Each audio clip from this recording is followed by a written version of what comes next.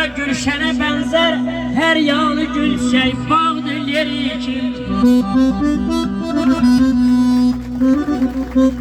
Mən ondan həmişə ilham almışam, hər daşı qayası ay Elşad qardaşım bağdır yeri kim.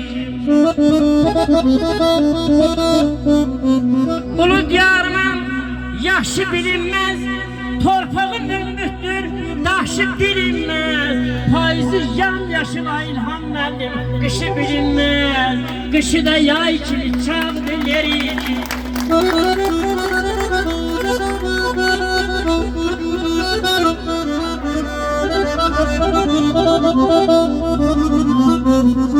Deyirəm tükənməz deyildir sərvəti bara, tükənməz deyildir sərvəti bara. Yayda tapacaqsın dağlarda qarı, sərin qulaqların uca dağların həmişə qoynunda çağdır yeri kim. Əzizim, atan yaxşı, geyməyə kətan yaxşı, gəzməyə qürbət ölkə, ölməyə vətən yaxşı. Qızıl gülü dərəydim, dəri bənay əzizlərimiz gəldiniz yollara düzəydim.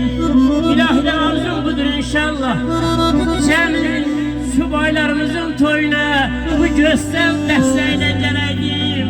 Ay canım,